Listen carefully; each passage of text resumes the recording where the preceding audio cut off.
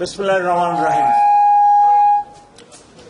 প্রথমেই আমি ঢাকাবাসী সাথে উপস্থিত আপনাদেরকে রমজানুল মুবারক জানাই এবং আশা করি ঢাকাবাসী এবং আপনারা সবাই সুস্থ আছেন, ভালো আছেন। আমি রোজার শুরুতেই এরূপ একটি সাংবাদিক সম্মেলন করতে চেয়েছিলাম। নানাবিধ ব্যস্ততার কারণে আমি এই ধরনের সাংবাদিক সম্মেলন করতে এক সপ্তাহ দেরি করে ফেলেছি। তবুও একটি ঘটনাকে কেন্দ্র করে এবং এই ঘটনা উদ্ঘাটনের আশায় কাজ করে যাচ্ছিলাম নীরবে, এবং ঘটনাটি উদ্ঘাটিত হলে আমি ঢাকাবাসীর সামনে হাজির হব বলে সিদ্ধান্ত নিয়েছিলাম। সেই সিদ্ধান্ত মোতাবেক আজকে ঢাকাবাসী এবং আপনাদের সামনে উপস্থিত। আপনারা সবাই অবগত আছেন, জানেন ঢাকা একটি মেগা সিটি এবং পৃথিবীর সবচেয়ে ঘন বসতিপূর্ণ মেগা সিটি। এই শহরে নানাবিধ সমস্যা আছে, সেই কথাটি আমি বলতে চাই না। ঢাকাবাসীরও জানা আছে, আপনাদেরও জানা আছে। ইদানিং ঢাকা মহানগরীতে বড় ধরনের অপরাধ, খুন, ডাকাতি, এই ধরনের অপরাধের সংখ্যা খুবই কম। আপনারা যদি বিগত বছরের পরিসংখ্যান দেখেন অথবা অন্য দেশের বড় বড় শহরের অপরাধ চিত্রের সাথে একটি তুলনামূলক চিত্র দেখেন, তবুও দেখবেন সেই চিত্রে ঢাকা শহরের অপরাধের সংখ্যা কমই দেখতে পাবেন।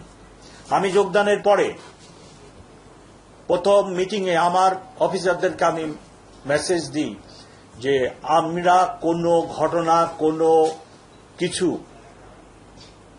মামলা রেকর্ড করতে বাদ রাখব না।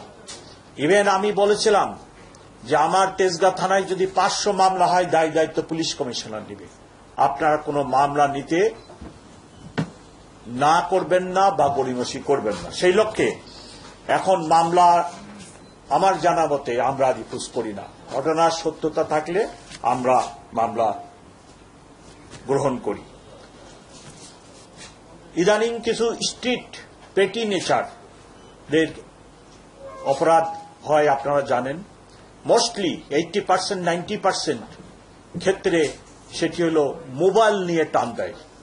উঠতি বয়সের ছেলেরা, আমরা যাদেরকে কিশোর গ্যাং বলি, তারা বাসের যাত্রী, প্রাইভেট কারের যাত্রী, মোটর বাইক যেনারা চালান, তাদের ওনারা হয়তো মনোনিবেশ করেন কথার সাথে, তখন ফট করে পিছনে বা সামনে থেকে আসে মোবাইলটা নিয়ে টান দিয়ে দৌড় মারে।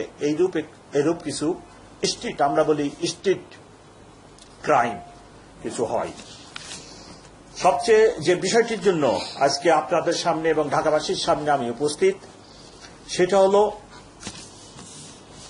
গত মাসের 23 তারিখে রাত্র 11:15টার দিকে বনশ্রীতে একজন স্বর্ণ ব্যবসায়ী, উনার নাম আনোয়ার হোসেন, উনার বাড়ির সামনে একটি সশস্ত্র ডাকাতি হয় এবং উনার দাবি মতে 200 ভরি সোনা নিয়ে চলে যায়। সেই ঘটনা বিভিন্ন মিডিয়ায়, ইনক্লুডিং সোশ্যাল মিডিয়ায় ব্যাপক প্রচার লাভ করে এবং যে ঘটনাটি ভিডিও আকারে বিভিন্ন সোশ্যাল মিডিয়ায় আসে সেটা অত্যন্ত ভীতিকর এবং মানুষের মধ্যে ব্যাপক নিরাপত্তাহীনতার সৃষ্টি করে। সেই জন্য আমি এই ঘটনাটি, এই ডাকাতির ঘটনাটি উদ্ঘাটনের জন্য আমার যে ডিবি, ডিটেকটিভ ব্রাঞ্চ, তাকে সর্বাত্মক চেষ্টা করে ডিটেকশনের দায়িত্ব দিই। গত মাসের 23 তারিখের ঘটনা আজকে মার্চ মাসের 8 তারিখ নিবিড়ভাবে কাজ করার পরে আমরা এই ঘটনাটি উদ্ঘাটন করতে সক্ষম হয়েছি। এই ঘটনায় 7 জন জড়িত ছিল, তার মধ্যে আমরা 6 জনকে গ্রেপ্তার করতে সক্ষম হই এবং ঘটনায় ব্যবহৃত অস্ত্রটিও আমরা উদ্ধার করি, 2 রাউন্ড গুলি সহ, সাথে স্বর্ণ, বিকৃত স্বর্ণের মূল্যবান 2,44,000 টাকা এবং একটি ব্যবহৃত মোটরসাইকেল, 2টি মোটরসাইকেল ব্যবহার হয়, তার মধ্যে একটি মোটরসাইকেলও আমরা উদ্ধার করি। যাদেরকে গ্রেপ্তার করা হয়েছে তাদের মধ্যে যে রিং লিডার ছিল তার নাম হল কাউসার, তারপরে খলিল, ফরহাদ, ব্যাকআপ ও রেকি পার্টিতে দায়িত্বরত ডাকাত ছিল সুমন,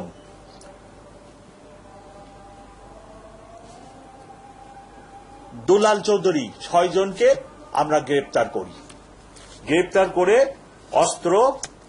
অস্ত্রটি হচ্ছে 7.62 mm রিভলভার এবং গুলি, মোটরসাইকেল, এই সকল উদ্ধার করি। এই ডাকাতি মামলা উদ্ধার করতে যে ব্যাপক কাজ করার ফলে আমরা আরো অন্যান্য ডাকাত, তার মধ্যে অন্যতম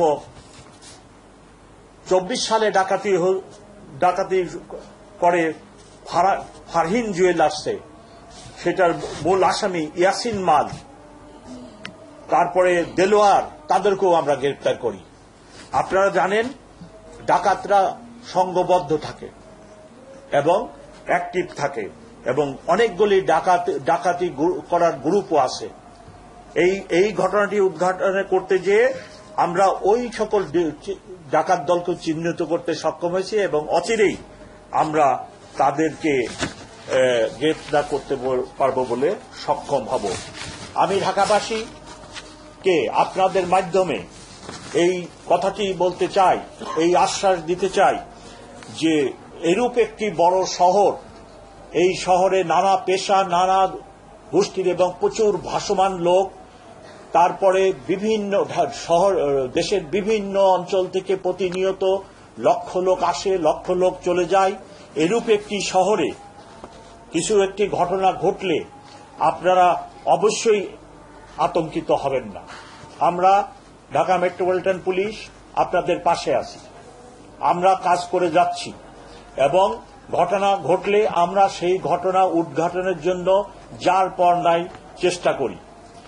আর আপনাদের প্রতি আমার অনুরোধ, সোশ্যাল মিডিয়া যারা ব্যবহার করেন তাদের প্রতিও আমার একান্তভাবে অনুরোধ, এবং সাংবাদিক হিসেবে আপনাদেরও ইথিক্সের ভিতরেই আসবে, সেটি হচ্ছে যে একটি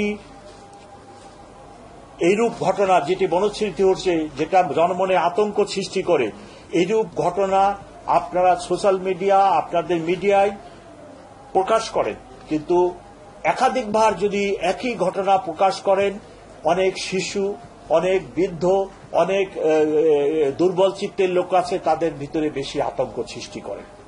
যার ফলে আপনাদের কাছে আমার অনুরোধ, একটি চ্যানেল আমার একটি গোয়েন্দা বাহিনী আমাকে জানাইছে, একটি চ্যানেল থেকে এই ঘটনাটিকে 2 ঘন্টায় কতবার প্রকাশে, আমার মনে নেই সংখ্যাটা, প্রকাশ করা হয়েছে। তো আমার অনুরোধ, আপনাদের যে মিশন, আমাদেরও একই মিশন। আমরাও মানুষকে সেবা দিতে চাই, আপনারাও মানুষকেই সেবা দিতে চান। সো পেশাগতভাবে আপনারা একদিকে আছেন, পেশাগতভাবে আমরা আরেক দিকে আছি। সো আপনাদের প্রতি আমার অনুরোধ, আপনারা প্লিজ এমন কোন ঘটনা, এমন কোন দৃশ্য আপনারা দেখাবেন না যেটা জন আতঙ্কের সৃষ্টি করে। 1-2টি ঘটনা ঘটতে পারে, আমরা দায়িত্বপ্রাপ্ত লোক, আমরা অবশ্যই চেষ্টা করি সেই ঘটনাটি উদ্ঘাটনের জন্য। তার একটি প্রকৃষ্ট উদাহরণ বনশ্রীর এই ঘটনা। এই ঘটনাটি যে পরিমাণ ভাইরাল হয়, তাতে জনমনে ব্যাপক আতঙ্কের সৃষ্টি হয়। কিন্তু 23 তারিখে ঘটনা হওয়ার পরে আজকে 8 তারিখ, ইনশাল্লাহ আমরা এই ঘটনা উদ্ঘাটন করতে সক্ষম হয়েছি।